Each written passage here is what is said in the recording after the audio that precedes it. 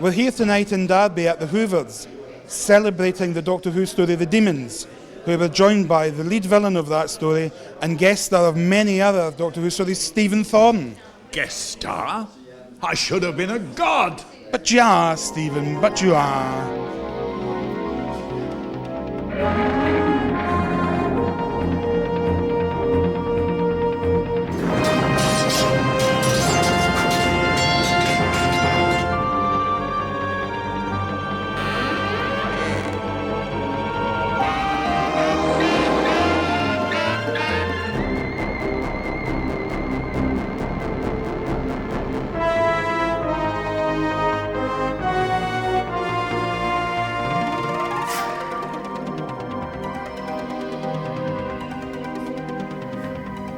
As has been established, the demons is kind of the theme of the evening so far, so I'm going to launch straight into Doctor Who chat with you.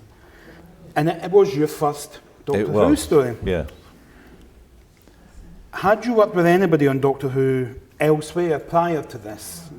No, I hadn't met anybody from Doctor Who before that on either side of the camera. It was complete unknown to me, and I went up for it. And I was just supposed originally just to be the figure of the devil and not speak at all. And I've just learnt something tonight from Robert here, that actually a good friend of mine called Tony Jackson had recorded the voice of Azal before I'd arrived. I didn't know anything about that. And he was going to do the voice, which was recorded, and they were going to dub it in later, and I was just going to be the figure moving about. But I went to a rehearsal, first of all, and I had a script, and Tony wasn't there because he'd recorded his stuff, so I read from the script the dialogue, and they said, hang on a minute, that sounds perfectly good, we don't really need somebody else to do the voice, you can do it yourself. Which was very sad, but I think he'd been paid for doing the dubbing of the voice, so I didn't really do him out of a job. So he still got paid, so it was all right. He was a very good friend of mine, Tony Jackson, lovely man.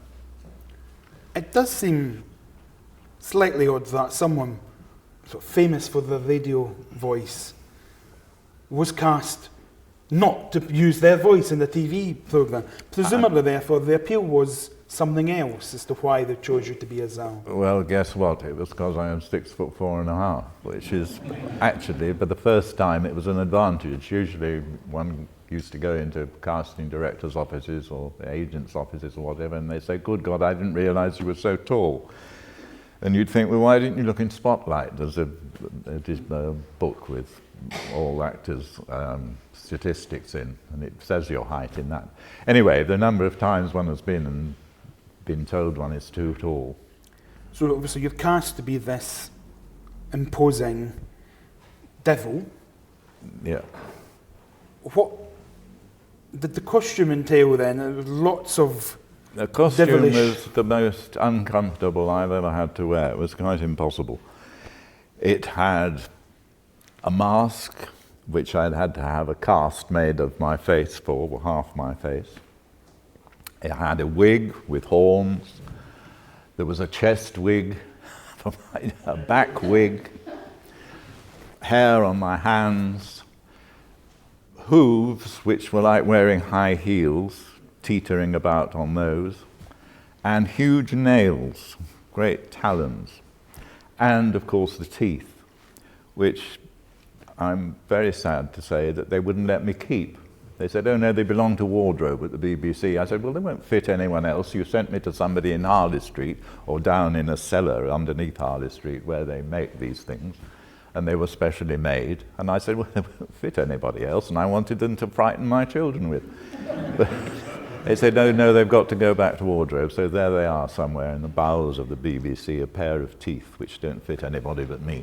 Maybe it was like an intervention. They just, don't let that man go home and frighten his children. Right, yes. And it was extremely uncomfortable. And while waiting, as you know, filming and television, there's a lot of waiting about while things are sorted out.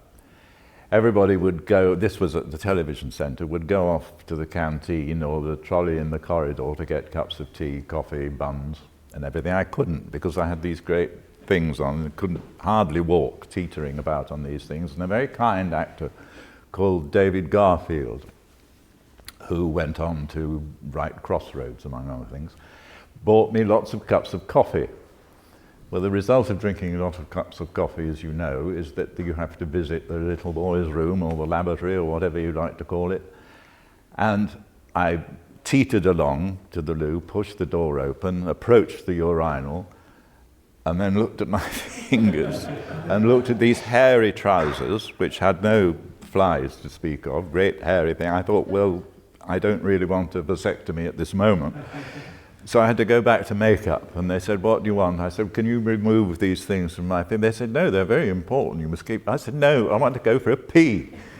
And they said, oh, right, and they removed these. Then I, with my legs crossed, I teetered to the loo, and eventually things were sorted out. And they probably sat going, yes, that's right. They so did. demanding. Yes, oh my God, whatever next. Part of the costume, if you like, was how tall, as I was, he was much taller than you yourself are. So how did the practicalities of that work? Because obviously you're sort of being CSO'd on to everybody else. Were you doing it live, acting with them, but in a corner or something so they could I was in a corner of the studio with completely cut off from everybody else, and I was given an eye line, and it's very odd, really, speaking to people who aren't there. And they were all somewhere else. So I never got to meet them, really. I never went to Allbourne, sadly. I only went to a reunion a couple of years back, when there was a reunion there for the cast. Well, I've never been at all, so you're right. up on me. So I got to go there in the end. Were you aware that The Demons had been written by the boss? It was Barry Letts and someone else under the pseudonym, or was that not knowledge at the time? I didn't know at the time, until we started doing it. Then I realised that was the case. I was told by other people who knew. I mean, I was very isolated from the, I didn't really get to know everybody terribly. The only person I really got to know was Nick Courtney. So, and you did the 2 Doctor Who stories with him? Yeah, I did. So, but was it the case that you got to know Nick socially later then, as opposed to whilst making? Yes, we talked a lot when we were doing because he was asking me about radio and how he got into radio things, and I introduced him to a couple of people in radio, and he introduced me to a couple of people in television. No, we became good friends. Lovely man. We were sitting one day at a signing, and Nick was next. I was next to Nick at a table signing things, and he'd come in, and there was a sort of lull. And he said, this is quite extraordinary. He said, if I'd known at the time when we did this that it was going to be become such a cult, I'd have done it better. Such a thing is not possible. No. I mean, I would say that the Brigadier was the Doctor's best mate, but I think for Doctor Who fans, Nicholas Courtney was fandom's best mate, wasn't he? Nick was at any convention he could go to, and he loved being with the fans, and the fans loved him, didn't he? Oh, he was wonderful. Yes. He used to make me cross, though, because he'd talk about himself in the third person. He'd say, well, I don't think the brig would do this. You stop it. So the 3 stories that you did around this time were John Pertwee and Katie Manning stories, so you worked with them 3 times. So what do you remember of John as your leading man? John was, he was fascinating. He was a part control freak, part obsessive,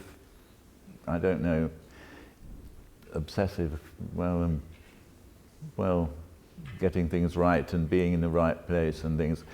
Going on to the Demons, for instance. I mean, he was obsessed with me being in the wrong place because I couldn't see anything except the floor with that mask on. And every so often he'd come up and he'd push me. He said, "Could you move to and I would move. And I'd say, John, I can't see anything, let alone you. So And then the voice would come down from the director saying, Stephen, you're in the wrong place, will you go? And then he'd push me again and I'd move out of place. You're in the wrong place again. And it was John who said, I'm terribly sorry, it's my fault, I can't see the camera. And if you can't see the camera, it can't see you. And he was insisting that he should be in shot all the time. And the wonderful mercurial backed out and said, for God's sake, he said, what are you worrying about? It's not you they want to see, it's the monsters they want to see, not you. And he got quite cross about that. We did a radio version of Doctor Who called, but it was the Heroes of N-Space. Ghosts of N-Space. Ghosts of N-Space. I never understood a word of it. I didn't understand it at all. But it was great fun to do. And I'm sorry, did somebody here write it? It was lovely to do, but I didn't quite understand what it was all about. However, I got to know John very well in that because we chatted a lot, sitting about. And somebody had said to me, have you got any of your scripts, Doctor Who scripts from the television? I said, yes, I've got several. And they said, well, you know, they're very popular. If you go to conventions, you can auction them for good causes and things, and they raise quite a lot of money if you get them signed. I said, oh, well, I mean, I haven't got many, but I said, for instance, I could get these signed, couldn't I? And they said, yes, well, we're here. So I said to John at one point, would you mind signing my scripts of each episode of these? He said, no, not at all. I said, but there's one thing. I said, you know, when John signed something, it was John Pertwee right across the thing, huge thing. I said, would you mind just making your signature just a little bit smaller so that I can get the rest of the cast onto the page? I said, but you can make it abundantly obvious you're the star. But he said, right, leave them with me. So I went off and did another scene and whatever. Then I came back and had chatting away, and he said, right, I've done them, Stephen. I said, thank you. And I looked, and I said, what's this? He said, what? And he'd written in beautiful copperplate, small writing, John Pertwee, bracket, AOIS, close bracket. I said, what's that? He said, abundantly obvious, I'm the star.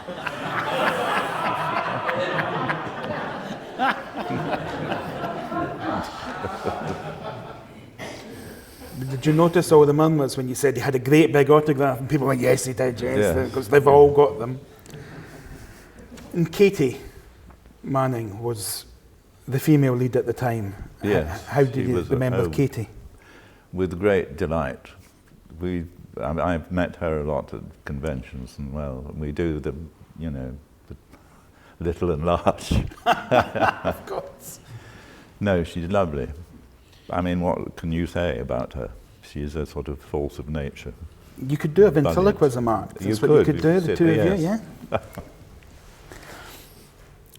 So, although it wasn't the next story that aired, the next story you made with John and Katie was Frontier in Space. Right. You went from being the last of the demons to first of the Ogrons, which might not, isn't as good a part, I would say, but it's possibly better billing because you've gone up the scale from last to first. I don't know. That's right. Is it a bit less memorable for you than the other ones, then, being one of the monsters? It is, and it isn't. It's memorable because of another great friend of mine from radio and all sorts of other things is Michael Kilgarriff, who played the second Ogron. And we never knew which was which, really. If you look at pictures, we don't know to this day a lot of, when you say which is him and which is me. No, that was, and there were a lot of other Ogrons as well, who were quite fierce people. Some of them had been detained at Her Majesty's pleasure, and were quite fierce and frightening people. So you had to be careful. You never knew who you were talking to, because you all looked exactly the same. And that's the trouble if you're doing one of these. When you're playing, you know, a group of indigenous, monstrous people all looking exactly the same. You have to be very careful. Was Michael Kilgarriff someone that you got the opportunity to work with often then? Because presumably you went up for the same parts as being Yes, we were both on the radio drama rep together. So we did a lot of radio together. But say TV-wise, would it be the case of Yes. one or other of you would get the job? Yes. But he was actually really vocal about the fact that he didn't enjoy working with John Pertwee on Frontier in Space. Were you aware of that at the time? Or is that something you've heard I about? wasn't. No. I mean, I've heard from Michael since that he didn't like working with John Pertwee. Possibly for the same reasons that he was pushed about like I was, possibly. And that was the second story you did with Roger Delgado. Yes. So, There was another splendid man. Yes. what do you remember of him? I remember, well, he's just a lovely man. And in those days, you used to do a run-through of the whole episode of them for the producers, and it was called the Producer's Run, and you were meant to show off to the producer how good you were and everything and that. And we did it in the rehearsal rooms, and I remember seeing Roger just before we started a Producer's Run of, I think it was The Demons, yes. And he went to a table with his briefcase, and he took out of his briefcase 2 little flasks, like, whiskey flasks or whatever. And he undid one, poured a little, and put it back again. And I thought, what is he doing? What's in the other one? So he undid the other one. And I thought, he's getting ready, yes, right, good. No, he was a lovely, kind, delightful man. And not at all frightening at all, really. It's the best kind of villain, though, isn't it? The best kind of villain, yes. It always used to amuse me, those incantations to bring up the devil. People complained to the BBC, apparently, that it was blasphemous to do that. And Barry Letts said, well, tell them what it is, because it's the Bar Bar Black Sheep backwards, is what they're chanting. That probably scared them even more, actually. So although Frontier in Space was made before The Three Doctors aired, first typical Doctor Who doing things the wrong way around, but you're back, promotion again to all-powerful being this time. Indeed. Omega. No makeup in the same way this time, but you have the mask again completely hiding your face. How do you cope with that as an actor of, they can't see anything I'm doing, they can only hear what I'm doing? It's very strange. You can see your feet and other people's feet and light. No, it's very odd working with a mask, and particularly in that particular episode, because usually if you work with a mask, you get the mask early on in rehearsals, so you can play about with it. But I didn't get that mask until the day of actually shooting the first scene of him, so I had no idea. I'd seen a picture of it, but no idea what it was like. And the point of working with a mask is that the mask does half the work for you. So it's very easy to go way over the top and scream and shout and when the mask does half of that for you, so you could be actually quite quiet and say, no, I'm going to kill you in the most disgusting and evil manner, quietly, and because the mask will do the thing. And equally, I could have talked like that, you see, with the mask on, and nobody would have thought anything. They'd have thought, what a funny fellow that is. But so it's very interesting. You have to, I mean, ideally, you should be able to work with the mask in front of a mirror and see how it goes. But I mean, you just had to take a deep breath and go with it and hope for the best. So one's never quite sure what effect you're having if you haven't had time to acclimatise to it. And, apropos of that, you know when he removes the mask and there's no face there, that I stood for hours having taken this, not doing anything. And they said, well, what's the matter? We've given you your cue to do this great scream. And I said, well, I can't, how have you given me the cue? They said, well, I've been waving my hand behind. I said, well, I can't see you. I've got a yellow cloth over my head. I can't see anything. Because in order, you put in front of the yellow screen, you take the yellow, put the yellow hood over your head, and you can't see the head because it's the same as the yellow screen, etc., etc. That's how it's done. So I couldn't see. But before we'd done that, Barry came and he brought some children to see a run-through of it, which we'd done bits of it in the afternoon beforehand, before the actual recording of it. And he was very worried that this screen was going to frighten them. He said the children were very frightened. Could you take it down a bit? And that was a bit worrying, because I said, no, that the whole point of this is the moment when this poor man is destroyed virtually. And also the kids love being scared when they watch Doctor Who. Yeah. So I was a bit worried about that, but I think it turned out all right in the end. Barry was wonderful. He was a lovely person to work with. He was a great teacher, Barry. He was an autodidact, self-taught, and people who are autodidacts are very often wonderful teachers because they must tell people what they've learned. And I worked with him later on in David Copperfield, and there were a lot of children in that. And Simon Callow was in it and said, "What is he doing? What on earth is he doing?" I said, "Well, he's teaching the children about cameras and acting and everything." He said, "Well, we're not here to teach people, we're here to do the job and get on with it." Get on with it. Why does he keep teaching? But the children loved it. They hung on every word and learnt a lot from him. But he always he would teach you. He was always a fascinating man. And once he got going, you'd never stop him. Once he appeared at a birthday bash for Nick Courtney once, and he was asked to say a few words about Nick, as several other people were. And he went on and on and on for about 25 minutes. It's quite extraordinary. But all fascinating. But I mean, you'd have to go and drag him off with a hook, because he would just keep going. Now, you mentioned Patrick Troughton earlier, but this was the story that had all three doctors in it, but in studio terms it had the two. Yeah. Famously over the years, it's been John Pertwee used to talk about it, about the difference in acting styles of the two doctors providing a bit of a personality clash. Do you remember that from the studio? Do you remember experiencing them? Yes, it was a personality clash, because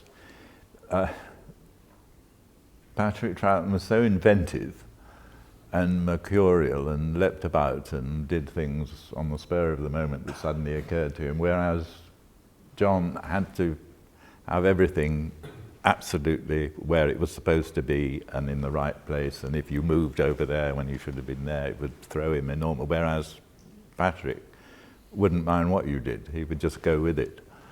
And it was that difference of those two styles that caused a sort of clash between them. There's nothing dreadful. I mean, you just tell there was a tension there, from John mostly. And they then maintained that throughout conventions themselves. Yes, because I mean, John at that point, it was his show, and it was rather, these people coming, other doctors coming when it is my show. Lenny Mayne directed that one and did the next story he did as well. Obviously, he died quite young, so obviously, convention-wise, none of us really experienced him. What do you remember of Lenny? He was another mercurial person. He was very upset that Omega's sets were not grand enough. Because I remember we went to see them the night before we started work in the studio with them. And he was very disappointed and thought not nearly enough money had been spent. And they should have been grander. It's Doctor Who love. Yes, I know. So that's 3 times you worked for Barry, who obviously you then went on to work for again, and Terence Dicks, who would have been involved in David Copperfield as well. Right. Did you see much of Terence making the shows? Because obviously he's the scripting side. No, I didn't see much. I saw quite a lot of him in David Copperfield. He was producing by then. Yes, he was producing that. But before that, no, he was just a name who'd been working on the show. Working on the show, yeah. Your next Doctor Who gig was something we didn't see, because the next thing you did was Liz Sladen's audition for Sarah Jane Smith. Oh, right, yes. So how did that come about that you had to help audition Elizabeth Sladen? I was sitting at home one morning, hoping the phone might ring, and it did ring, and it was Barry Letts. He said, "What are you doing?" I said, "I'm not doing anything at the moment. I've just done the washing up." And he said, "Well, can you get down to the television centre if I send a car for you?" And I said, "Yes." I thought, "Oh, this sounds very exciting." And he didn't tell me any more. He said, "Right, we'll get down here and come up to my office." So the car arrived, I went to television, and he said, "What I want you to do is to do a little scene with Liz Sladen," because it was her sort of audition for him, and I was to be some fierce monster frightening her. And so we did this little scene in his office, and I'm delighted that she got the job. And indeed, you were there at the end of her, the first time round, when she left the original show, because you came back for The Hand of Fear. Yeah.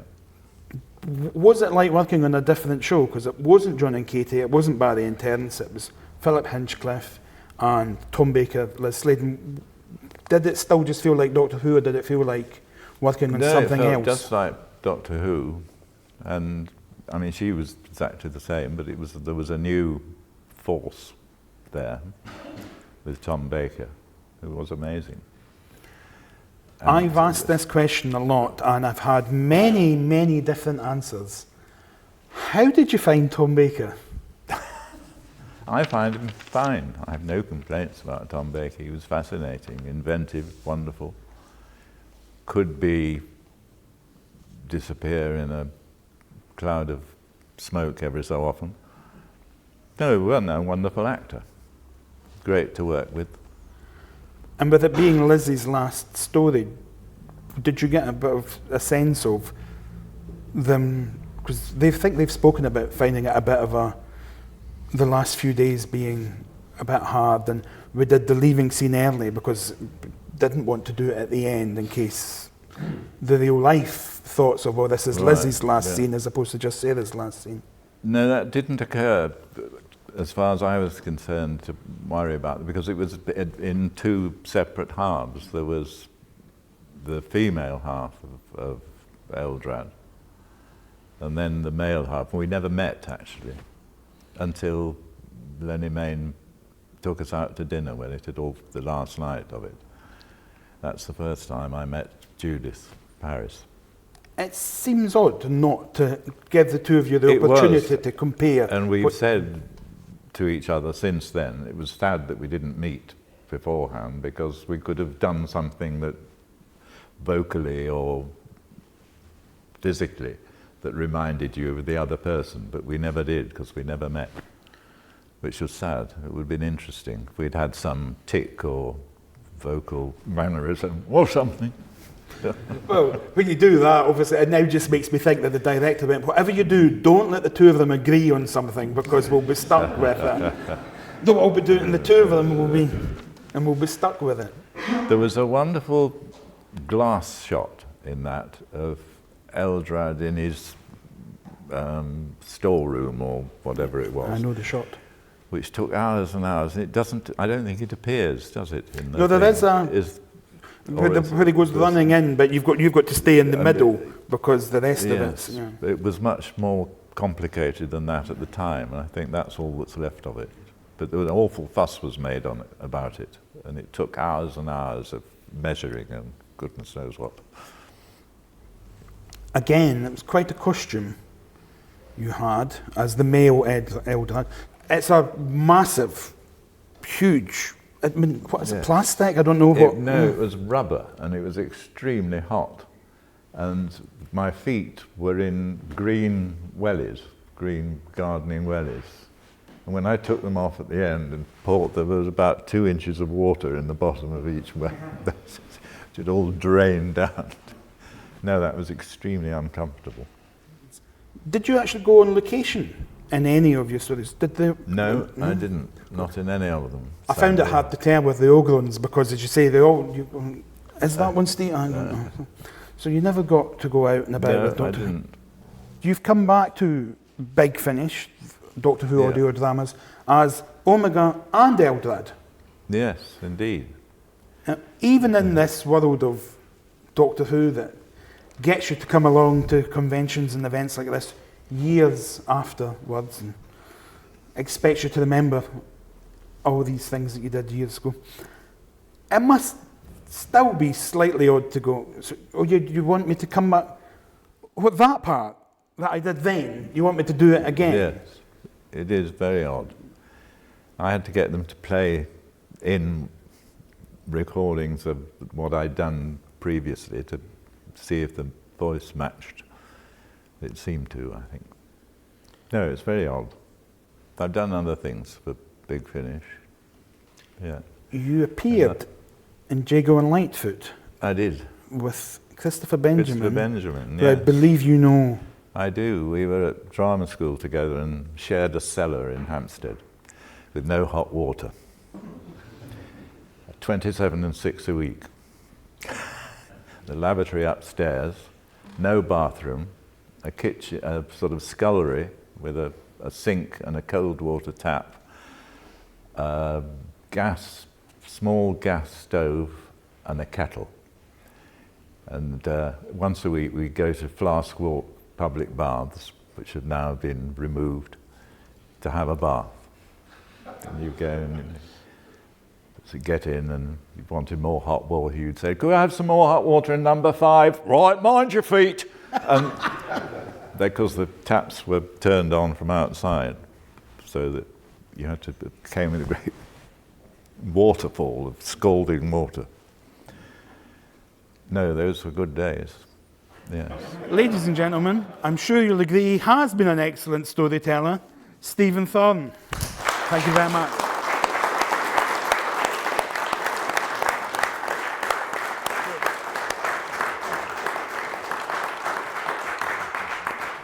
Here we are in Derby after an evening with the Hoovers last night, discussing Doctor Who, the Demons, et al. A room full of people gathered there because you were there. It's quite nice, isn't it? It's quite extraordinary, yes. I'm delighted to see them, though. We touched on this yesterday, but does it surprise you that fans of Doctor Who want to talk to you about this specific job that you did quite close together, that's just part of a big career that you've had? Yes, it is extraordinary because it's quite a long time ago, and a lot of the fans now one meets and know all about it weren't even born when the programmes were made. No, it is extraordinary. At the time, it was just another job. Fortnight, 3 weeks' work or whatever on each one, and then you went off and did something else and sort of forgot about it, and it went in, and then suddenly it blossomed into this huge, great cult, which is quite extraordinary. But the Demons in particular is a story that has been revisited so many times. Fans have group outings to Aldbourne.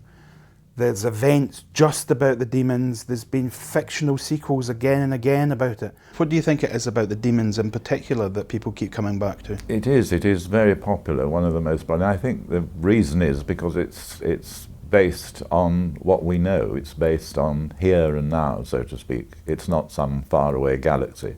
It's close to home, where all these extraordinary things happen, which makes it more relevant suddenly to, oh gosh, it might happen next door or something, and it's not, as I said, a faraway planet somewhere. And that's part of its appeal, I think, that it deals with ordinary people going about their everyday lives, and suddenly this extraordinary thing happens in their midst.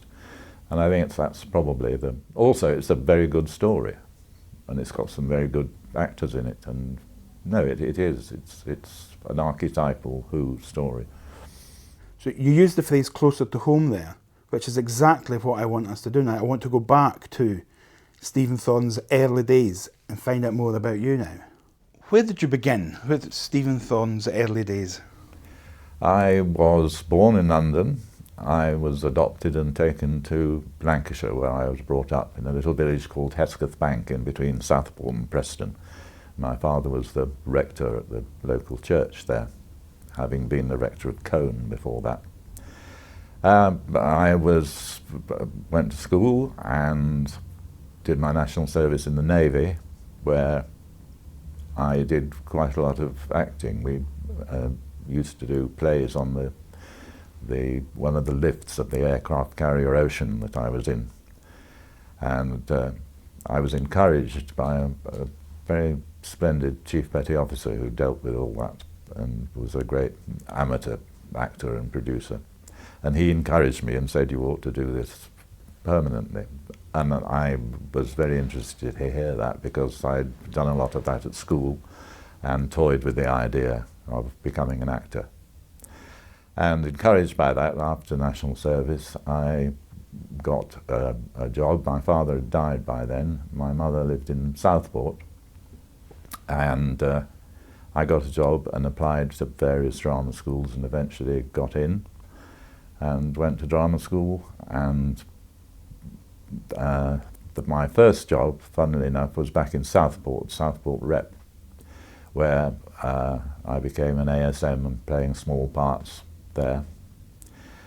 My first part was the butler in an Agatha Christie play, and I stayed there about 6 months when an audition I'd done for Stratford about 6 months previously was taken up, and I was asked to join the Stratford company. I spent 3 years there, which were very exciting, because it coincided with the 100th season at Stratford, when we had people like Charles Lawton, Olivier, Dame Edith Evans, Paul Robeson, Harry Andrews, Mary Ure, Vanessa Redgrave, all in the company, Diana Rigg, and it was the most exciting time.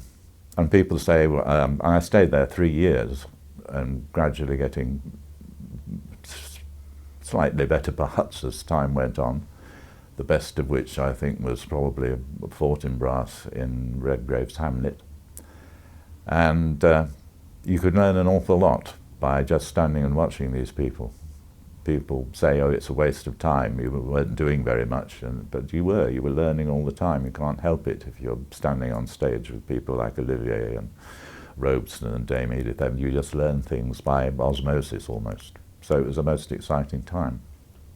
Learning as you go then from all the people that you see.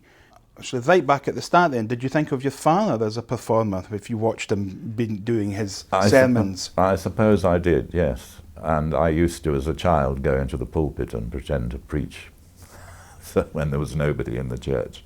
And he asked me to read the lesson quite often, and I sort of quite enjoyed that. But funnily enough, when I went to drama school, our voice teacher was a man called Clifford Evans, who was one of the people who tried to help King George VI get rid of his stammer. And he was our voice coach, and he was a wonderful man. But the first lesson we had with him, he asked us all to read something in turn so he could get a measure of what we sounded like. And I was sitting next to an actor called Edward de Souza, and on my other side was Christopher Benjamin, another actor who I actually shared a cellar with at the time at drama school. And we all had to read something, and I read part of the night chorus from Henry V. And there was a pause when I finished, and he said, "Oh dear, what are we going to do with you?" And I thought, oh my God, I could have fallen through the floor, because I didn't think I had an accent, because people used to say in Escath Bank, when I'd done my lesson reading, "Oh, what a lovely voice you've got," they used to say. And I used to think, oh, perhaps I have.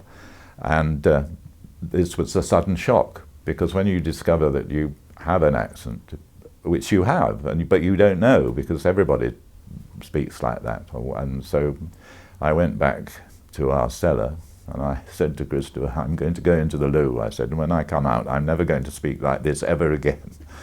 So I came out of the loo, and I talked like that for about 2 weeks or so, until I couldn't bear it any longer and went back to, and this is what it's finished up with. But you can still tell. People say whereabouts in the north do you come from, or very astute people say whereabouts in Lancashire do you come from. I have an accent. You do, and it's most charming. But it defines one's personality, an accent. I mean, getting rid of an accent sort of gets rid of part of your personality. Nowadays, of course, the light has been seen and people don't get rid of their accents. They learn to do RP, or received pronunciation, as it's called, as another accent. Do you think there's a danger that somewhere like VADA then, homogenising actors and just turning out a conveyor belt of the same type of actors over and over again? That was the extraordinary thing about it, because when we did leave drama school then, which was the mid-50s, it was the sort of full flowering of the kitchen sink. And we'd been taught ballet, we'd been taught restoration comedy, we'd been taught all sorts of grand things and how to speak properly.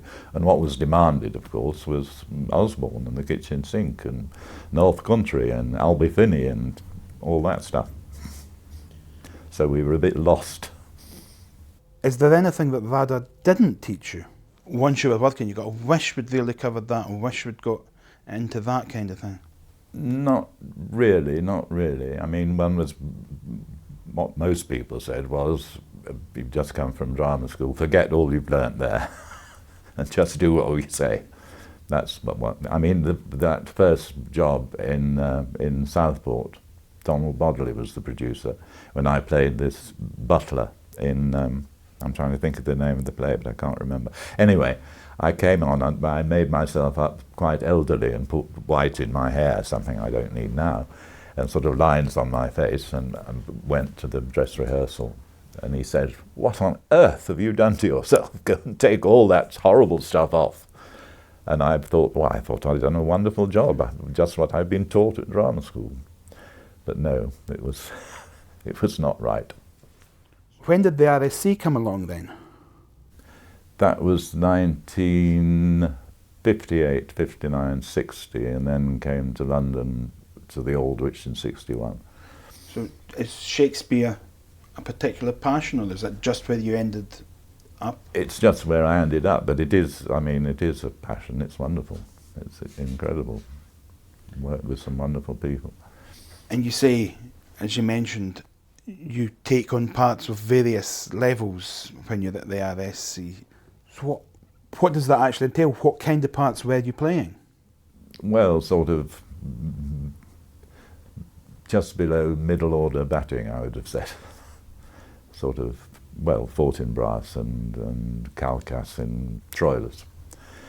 And various roles that wouldn't mean very much if I trotted them out now, but at the time. But then one understudied quite a lot as well. So, you know, you had to get to grips with big roles.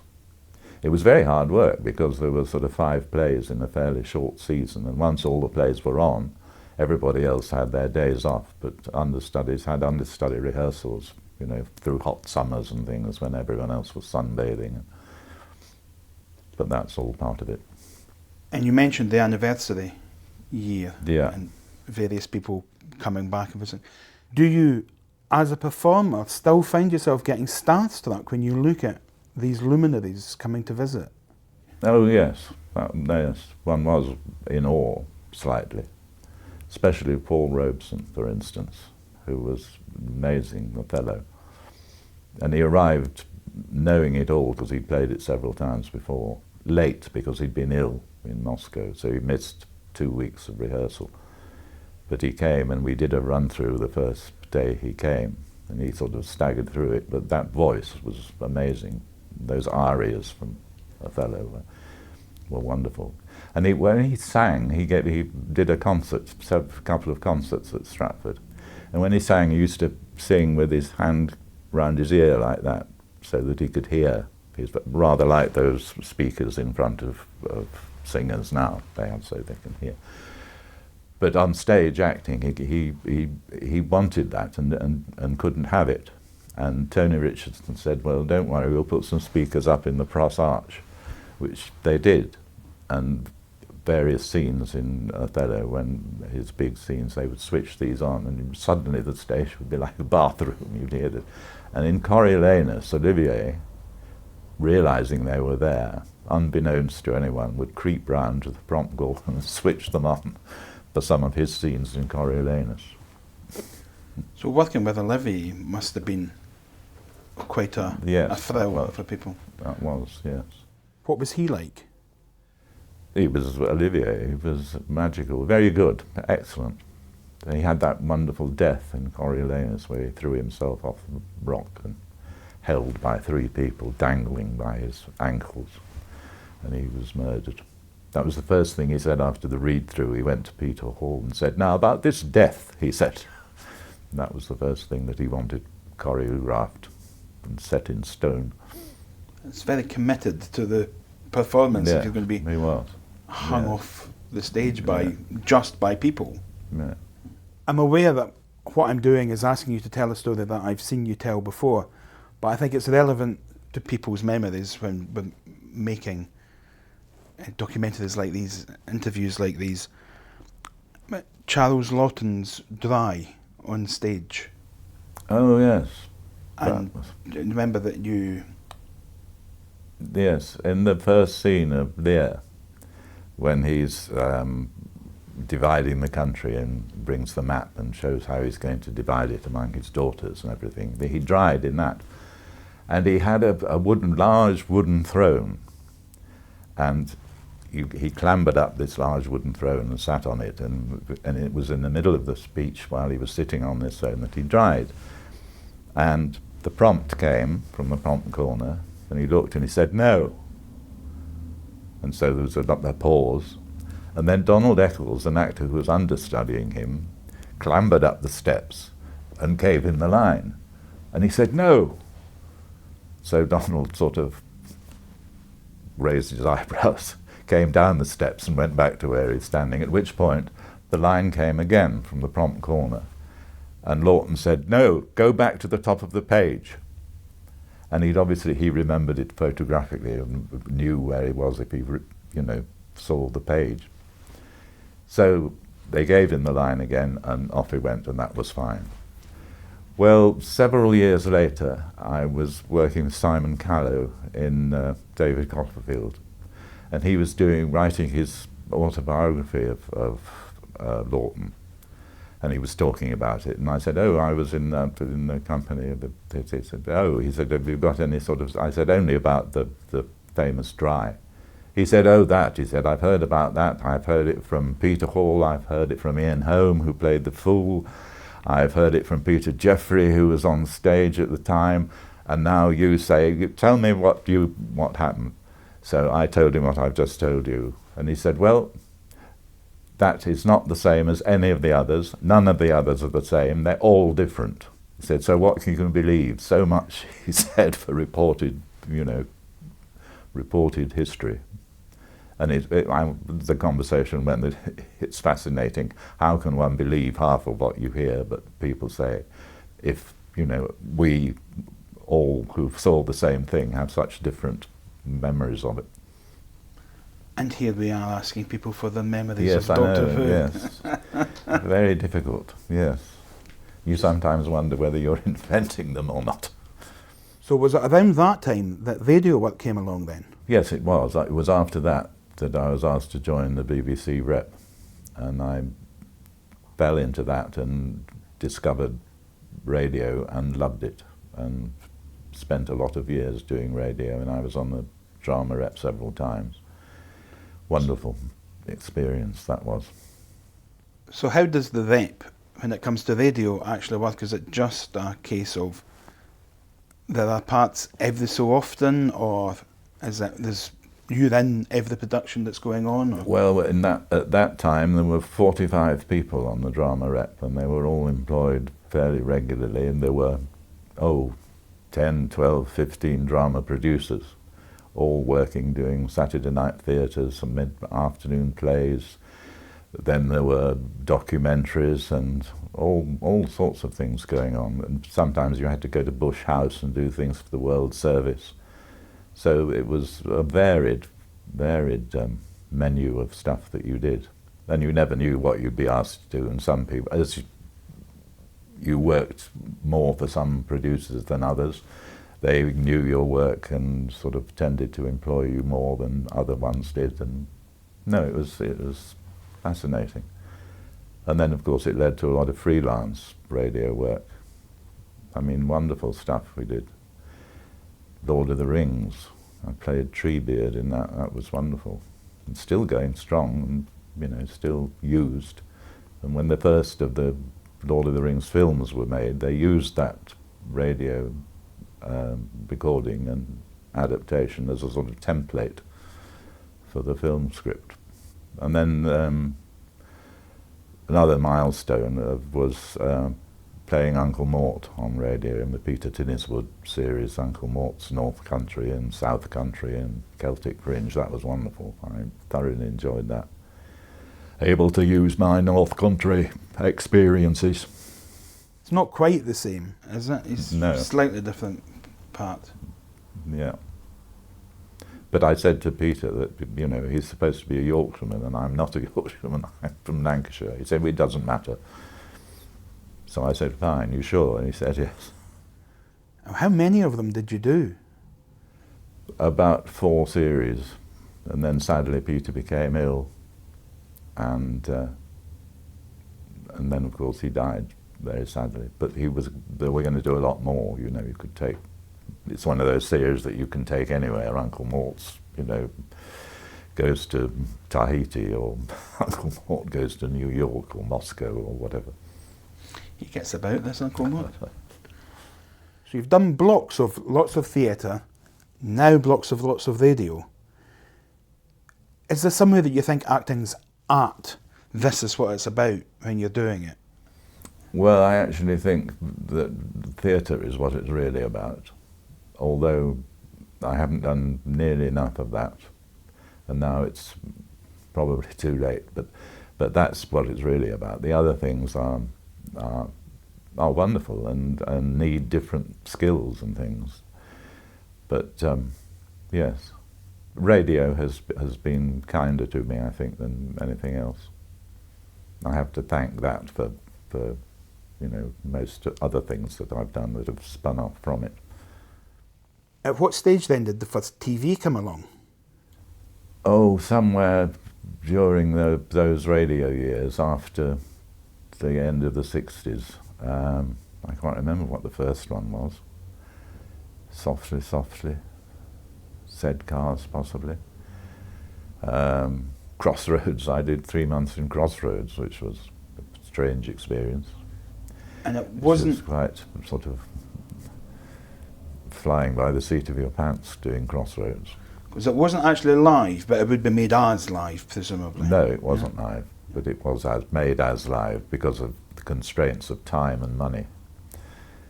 So there was no time for sort of retakes if they could possibly help it. It was a very strange place. Noel Gordon was the sort of grande dame of that. She used to, I don't know whether I should tell this story, she used to arrive at work in her Rolls Royce, and one day one of the actresses was late, and she was sitting in the chair she always sat in. You never sat in her chair, she had her own chair.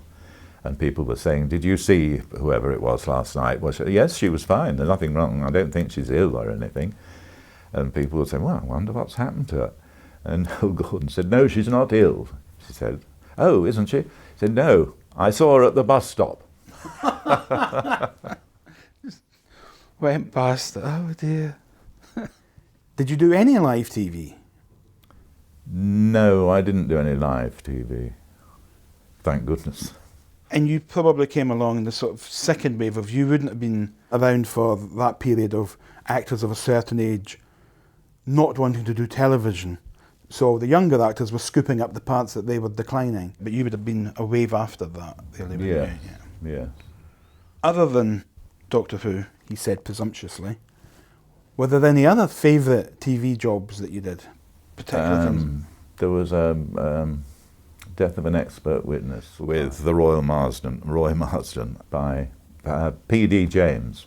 Did you find it was a case of work begatting work? That having worked for someone, he would remember you the next time? Sort of, yes. Yes, it does tend to sort of, if you're lucky, it's all luck really, about being in the right place at the right time or not, but that tends to happen.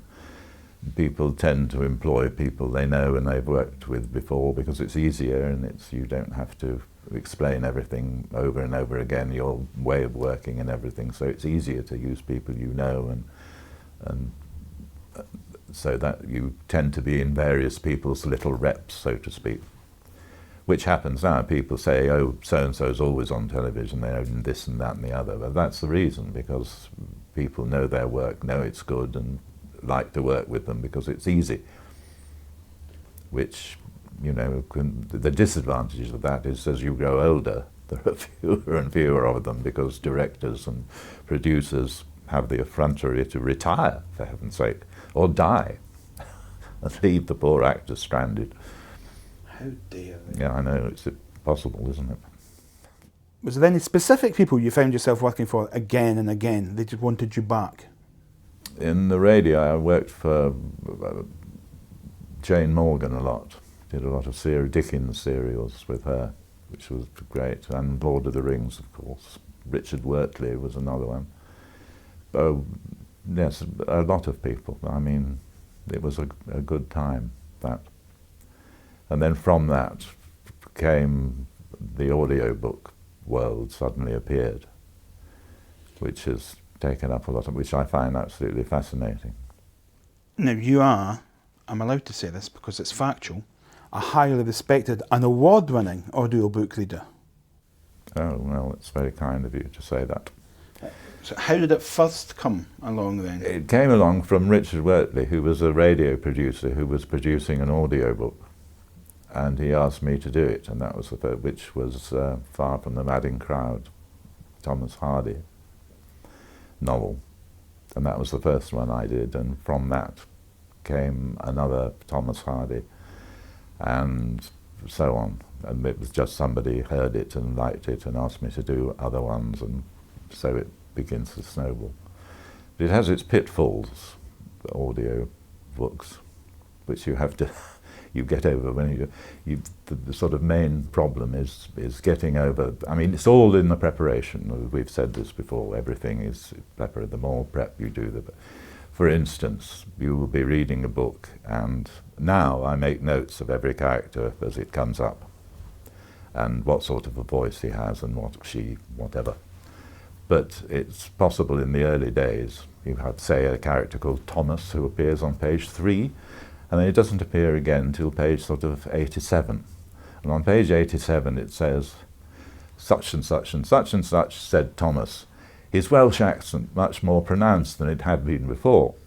And you think, oh God, no, I've got to go back to the beginning and do from page 3 again, because it said nothing about that on page 3. But yet do a Welsh accent, not as good as the one you would do on page 87. Well, you can do a slight one, but a more pronounced one. But that's the sort of example. Also inflections, you know, it's fascinating. You need someone listening to it who knows what, because it's very easy to give a wrong inflection. By inflection, I mean, for instance, if you see a sign saying pick your own strawberries, it always makes me say, to me, pick your own strawberries. But fascinating, there's a story about that. An actor called Ramsay Williams, who was also in Doctor Who, funnily enough. I can't remember which one he was in, but it was one that I was also in. Anyway, he did a lot of radio, and he was an American actor who came over in the 60s. He was blacklisted in America from the McCarthy era.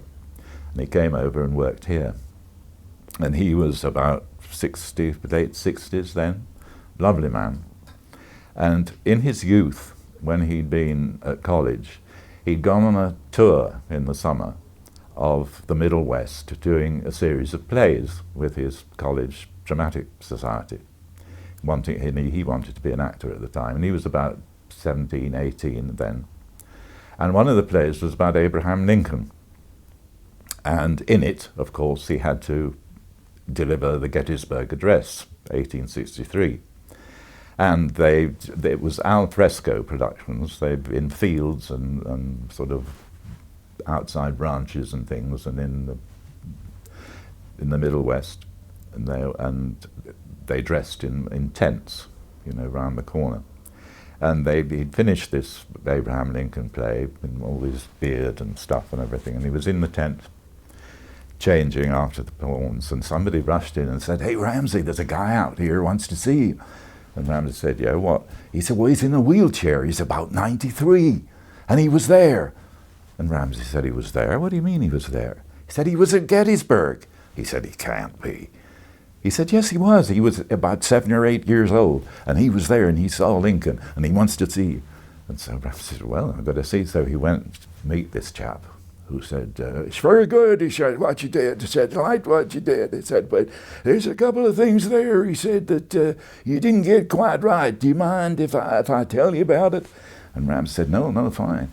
He said, "Well, you're doing that speech at Gettysburg," he said, "you waved your arms around a lot." He said, "Well, he didn't do that." He said, "He read it from a paper, had a piece of paper, read it from the paper." And Ramsay said, "Oh, fine, well, I won't do it." He said, "Another thing," he said, "in that speech," he says, "something about people," and Ramsay said, "government of the people, by the people." "Yeah," he said, "but he didn't say it like that." And Ramsay said, "He didn't?" He said, "No." "What did he say?" He said, "Government of the people, by the people, for the people." He said, "I hope you don't mind me telling you that." He said, "just so that if you ever have to do it again, you'll get it right." And Ramsay said, "Well, thank you very much." And he said, "Of course, over the years, I have had to do it again. And I've done it like that. And every time the director has said, 'No, I'm sorry, Ramsay, it's actually of the people,' he said, 'No, it isn't.' But that's not what he said." And the great fact of that, of course, is that according to Lincoln got it wrong. And it should have been of the people, by the people. He needed a director. But that's a story about inflections. But also it's fascinating that from knowing somebody like that, you can get back to Lincoln in one sort of conversation like that. It's makes it fascinating. all much more vivid.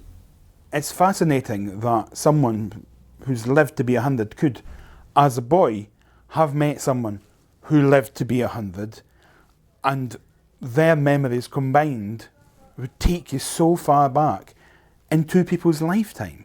That's right, yeah.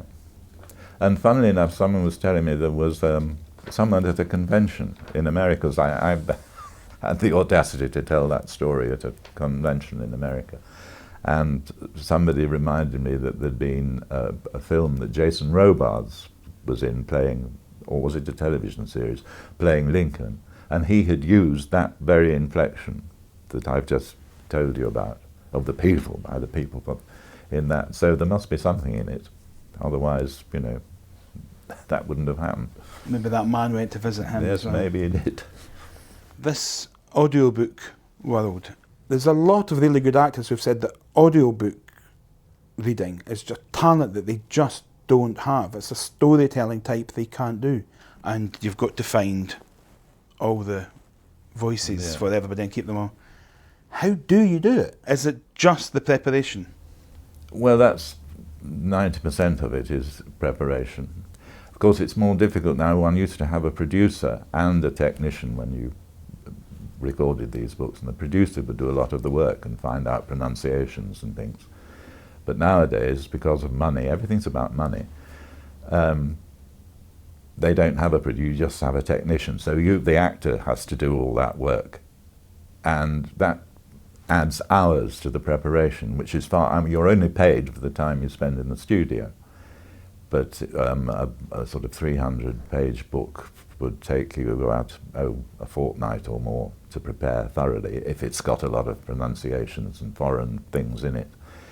So you have to do that at no extra charge, and it's badly enough paid as it is, compared to American narrators who get sort of, as a basic rate, double what we get here. Anyway, that's by the way, I'm not complaining at all, but there you are. That's what it's like. But it has its problems. There was a book I had to sing the Lambeth Walk in Hungarian, and the thing was to find somebody who was Hungarian to tell me how to pronounce all these things. Fortunately, the studio knew, as I knew, an actress called Ros Adams who was in The Archers, who was married to a Hungarian. So he was mobilized and showed him this script, and he said, "Well, that's not Hungarian at all. It's sort of cod Hungarian. It doesn't make sense." And we said, oh, well, what can we do? And he said, well, I can translate it into proper Hungarian and then tell you how to do it. But then they had to go to the publishers and said, are we allowed to do it? They said, no, it has to be exactly as it is. And they said, well, it makes no sense because it's gobbledygook. A Hungarian would not recognize what you would, you know, what the hell it was all about. So eventually they said, yes, you can do that. So he did it and put it into phonetics, and by dint of hard work and luck, I sang it in Hungarian. But it's a strange world, yes. But the thing about people being, there are, you know, it's rather like having, if it's a good book, it's like going into a pub and say, guess what happened? I've just heard, telling somebody a story, and it's wonderful. It's like being in a play and playing all the parts. But the other thing is, of course, you never know until you actually get into the studio whether the thing is going to take off or not. Sometimes things just fly that you think are going to be awfully difficult, and other things that you think are going to be easy are terribly difficult. Dickens is very hard because you never know where to breathe because some of his sentences are so long, and Thackeray and people like that, and you think, oh my goodness, where am I going to take a breath? But other things, the easiest, in my humble opinion, author to read is Roald Dahl. I mean, you could give it to anybody in the street and they could read it. It just leaps off the page. It's wonderful. You've done all these talking books, but you've only ever done one Doctor Who talking book. Ironically enough, The Mythmakers. As we are. It's not your typical Doctor Who novel, though. No, it isn't. Did it take you by surprise when you got the text? It did, yes, it did. I wasn't expecting that. But it was fascinating. I mean, and I hadn't seen that particular episode at all. None of us have. It doesn't exist anymore, I'm afraid, only the sound. Yeah. Because it's all told from the point of view of Homer, and it's all about Troy. Yes. So it's nothing like a Doctor Who standard tale at all, is it? No. But that's the beauty of Doctor Who, that you can take it into, you know, history. You can take it into that world. You can take it into the village of Holborn, and you know, or you can take it to some outer galaxy. That's its great strength. There's some lovely phrasing and writing in that book that even now I could quote little bits of. I remember the phrase, "that dodging decadent." There's such a lovely little rhythm to it. Yeah. You have a good, strong voice, but it's one that's sort of smooth and pleasant. It's not a harsh voice. And yet, Doctor Who's never got you to play the suave, debonair villain. It's always ranting, monstrous types. Do you think that your height has, in a way, typecast, if that's not the wrong word? I suppose so. It's two-edged sword. I mean, I think it helped get me into Doctor Who in the first place, but it's also hindered me in other things, when being up for television parts and things, and people have said, oh, I'm sorry, I didn't realise you were so tall, because it is a problem sometimes. I mean, if you have a leading lady who's only 5 foot nothing or something, you look very strange, and you have to come up with all sorts of angles and ruses to make it look reasonable. I mean, not as far as Alan Ladd having to stand on a brick or something, but... If you were asked to describe yourself, can you, as a performer, are you in a position to say what kind of actor you are? I don't know, really. Well, I'd just like to say versatile, I suppose. But no, it is difficult to answer, yes, because you don't see what other people see. Versatile but tall. So you're still working when asked? Yes, I'm open to offers.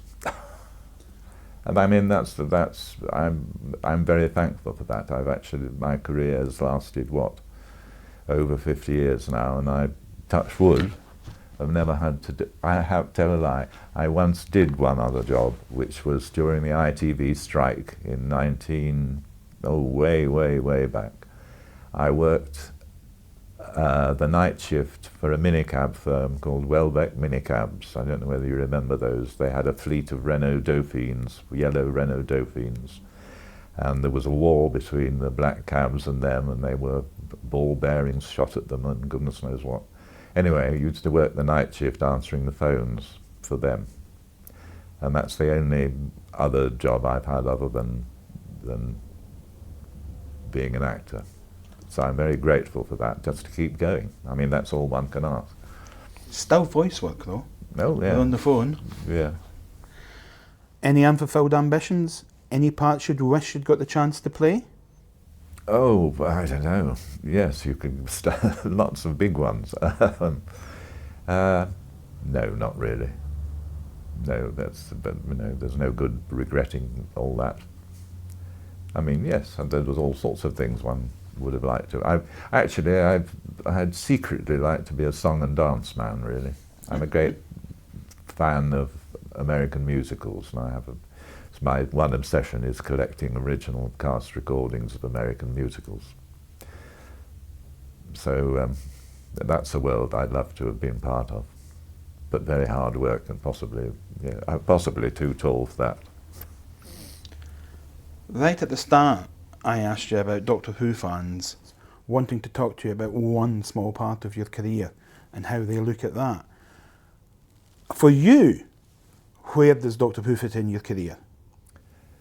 Well, it's become latterly a very sort of important part. We're going to all these conventions and things, and I look at it very fondly. And as I said the other day, it's like being part of a family that one suddenly joined, and it's become bigger and bigger and stretched outside this country. I mean, it's amazing. I mean, I get requests for autographs from Russia, which I find weird.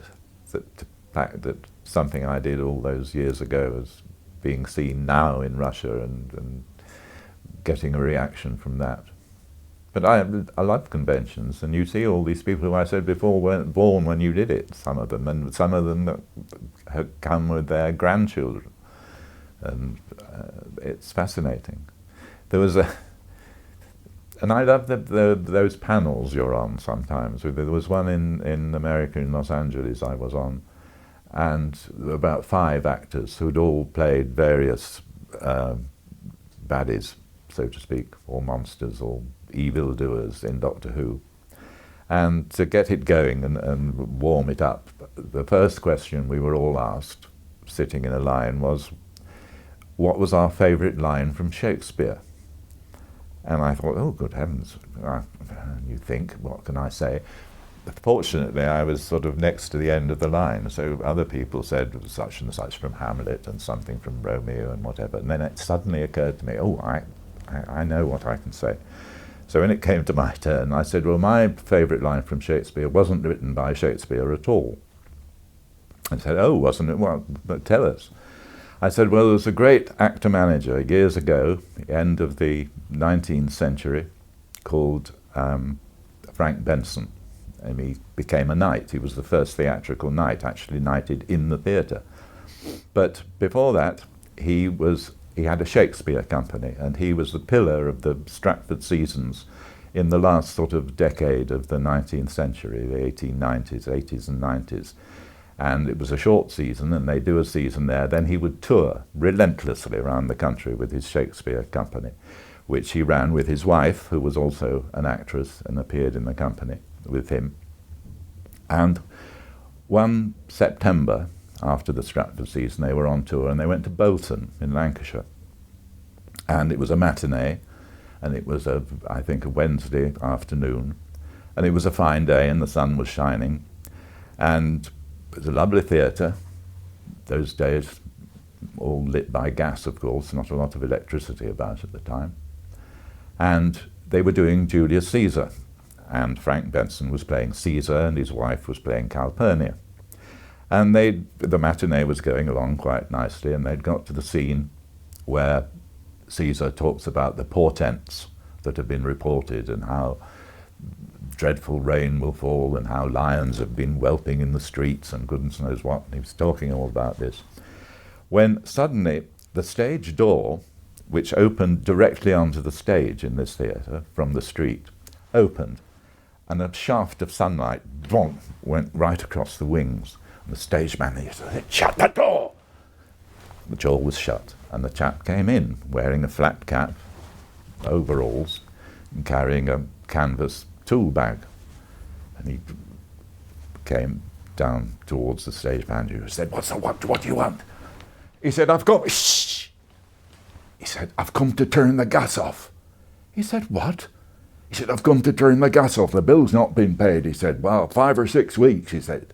And I've been sent by the gas company to turn the gas off unless you can pay something on account for this bill. He said, well, we're in the middle of a play. He said, the governor's on stage now. I can't. What do you mean? Can't you wait till after the book? No, I said. He said, I've got to be back to the office. Well, 5:30, he said. And it's getting on now and I've 2 other places to go. And so he said, well, and the stage manager looked round in desperation and there were several actors dressed as soldiers waiting for the next scene, and he said to one of them, give me your cloak. He took his cloak, he flung it over his head and he rushed onto the stage and he fell on his knees in front of Benson and he said, mighty Caesar! And Benson stopped and looked at him and said, what, art mad? Nay, mighty Caesar, he said, a messenger from Delphi. Unless the gods placated are with gold, darkness will fall upon the face of all the earth.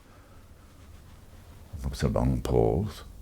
Benson took this in, and he said, hie thee to my tiring house, and in those vestments I am wont to wear o' nights, there thou shalt find an earnest of good faith. Pay what stern necessity demands, but mark, not a drachma more. I have no ability to follow that, nor have I the Shakespearean dialogue to join in with you, so I shall just say, Stephen Thorne, thank you very much. Thank you.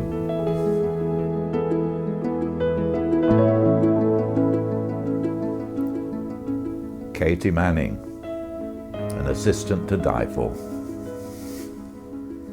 Patrick Troughton, a mercurial wonder. Nick Courtney, 5 rounds rapid. The Master, not Noel Coward, Rogers Elgado. John Pertwee, raconteur extraordinaire.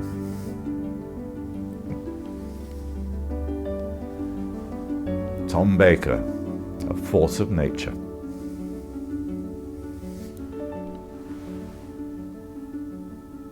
I think I know this one. Beneath the Mask, Omega. Time Lord, an all-round amazing person.